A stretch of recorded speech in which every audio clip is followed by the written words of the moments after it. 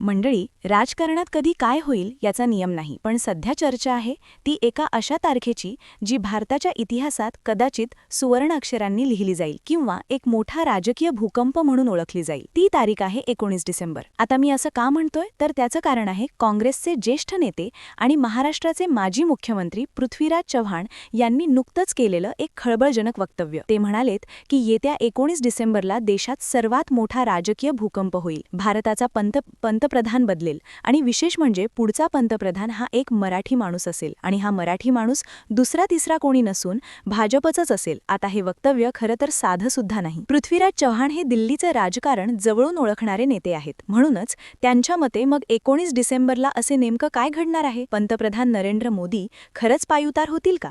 आणि जर तसं झालं तर भाजपमधून पंतप्रधान पदासाठी कोणते मराठी चेहरे शर्यतील असतील? आजच्या व्हिडिओमध्ये आपण याच राजकीय भूकंपाचा डिकोडिंग करणार. तर बघा मंडळी, पिंपरी चिंचवड इथं जनगण मन या पुस्तकाच्या प्रकाशन सोहळ्यानंतर माध्यमांशी बोलताना पृथ्वीराज चव्हाण यांनी हे भाकीत केलंय. पण त्यांनी त्यांच्या दाव्याला आंतरराष्ट्रीय घडामोडींचे संदर्भ दिले आहेत. जगभरात सध्या जे काही घडतंय त्याचे पडसाद भारताच्या राजकारणात उमटण्याची दाट शक्यता आहे, असं ते म्हणालेत. यावेळी त्यांनी अमेरिकेतील एका महत्त्वाच्या प्रकरणाचा उल्लेख केला. तिथे अनेक दिग्गज राजकीय नेत्यांच्या बंगल्यांमध्ये कॅमेरे लावून मोठ्या प्रमाणात स्टिंग ऑपरेशन केल्याचं चव्हाणांनी सांगितलं आहे. या स्टिंग ऑपरेशनमधून अनेक प्रभावशाली व्यक्तींचे गंभीर प्रकार उघड होण्याची शक्यता असून त्यामुळे अमेरिकेत मोठा राजकीय आणि सामाजिक धुमाकूळ माजू शकतो, असा दावा त्यांनी केलाय. हे स्टिंग ऑपरेशन करणारा इस्रायली गुप्तहेर असल्याचा दावा करण्यात आलाय. पृथ्वीराज चव्हाण यांच्या म्हणण्यानुसार अमेरिकन सरकार लवकरच एक कायदा करून येत्या 19 डिसेंबरला या स्टिंग ऑपरेशनमध्ये अडकलेल्या दिग्गजांची नावं जाहीर करू शकतं. या यादीत कोणाकोणाची नावं असतील याची सविस्तर माहिती आपल्याकडे नसल्याचंही त्यांनी स्पष्ट केलंय. मात्र या घडामोडींचे परिणाम केवळ अमेरिकेपुरते मर्यादित राहणार नाहीत, तर त्याचे पडसाद भारतासह अनेक देशांमध्ये उमटू शकतात, अशी शक्यता त्यांनी व्यक्त केली आहे. आता याच पार्श्वभूमीवर भारतातही मोठे राजकीय बदल घडू शकतात आणि त्यामुळे पंतप्रधानपदात बदल होण्याची शक्यता नाकारता येत नाही, असं चव्हाण म्हणाले. त्यांच्या या विधानामुळे राजकीय वर्तुळात एकच खळबळ उडालेली असून 19 डिसेंबरकडे आता सर्वांचं लक्ष लागलंय. म्हणूनच एक प्रश्न पडतो, तो म्हणजे 19 डिसेंबरच का? पृथ्वीराज बाबांनी हीच तारीख का निवडली असावी? यामागं काही प्रमुख कारणं असू शकतात. साधारणपणे डिसेंबरच्या मध्यात संसदेचं हिवाळी अधिवेशन रंगात आलेलं असतं. 19 डिसेंबरच्या आसपास अधिवेशनाचा महत्त्वाचा टप्पा असू शकतो.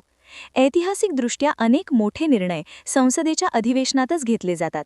कदाचित त्याच वेळी कोणता तरी मोठा बॉम्ब फुटण्याची शक्यता असावी, असं बोललं जातंय. याशिवाय देशातील नुकत्याच झालेल्या किंवा होऊ घातलेल्या विधानसभा निवडणुकांचे परिणाम आणि त्याचे पडसाद केंद्रात उमटू शकतात.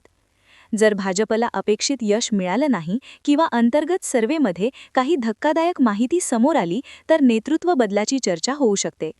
दिल्लीच्या वर्तुळात नेहमी चर्चा असते की 2024 किंवा 2029च्या दृष्टीने भाजप आणि RSS नेतृत्वात बदल करून काही नवीन समीकरणं जुळू पाहत आहेत. 19 डिसेंबर हा दिवस अशाच एखाद्या मोठ्या अंतर्गत निर्णयाचा मुहूर्त असू शकतो, असा अंदाज वर्तवला जात आहे. त्यानंतर आता मुद्दा येतो, तो पंतप्रधान बदलणार का आणि बदलला तर मराठीच का? पृथ्वीराज चव्हाणांच्या दाव्यानुसार भाजपला आगामी काळात दक्षिणेकडील राज्य आणि महाराष्ट्रासारख्या मोठ्या राज्यात आपली पकड मजबूत करायची असेल तर एका मराठी चेहऱ्याची गरज लागू शकते. शिवाय नरेंद्र मोदी यांच्यानंतर देशाला तितकाच सक्षम पण सर्वसमावेशक चेहरा हवा असल्यास तो महाराष्ट्रातून येऊ शकतो.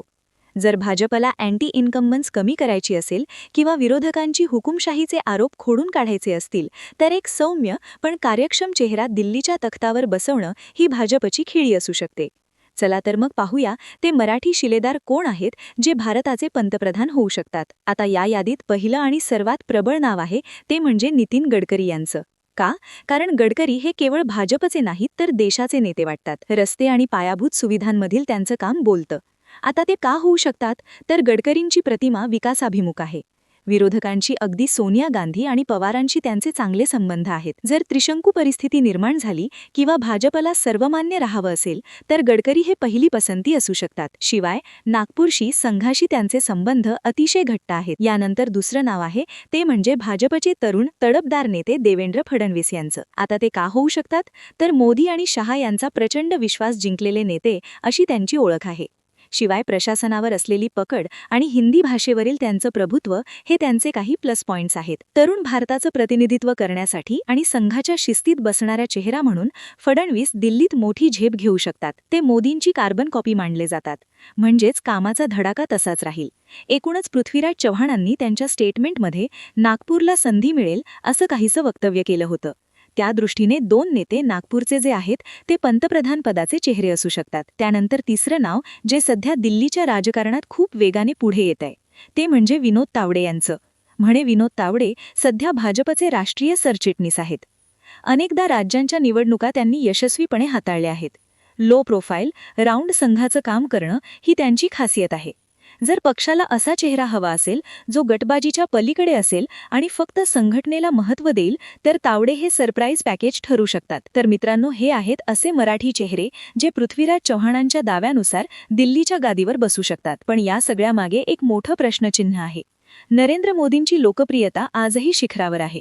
अशा परिस्थितीत त्यांना बदलण्याचा धाडस भाजप करू शकतं का? की 19 डिसेंबरला पृथ्वीराज चव्हाण म्हणतात तसा काहीतरी वेगळा भूकंप न होता एखादी वेगळीच राजकीय खेळी पाहायला मिळेल.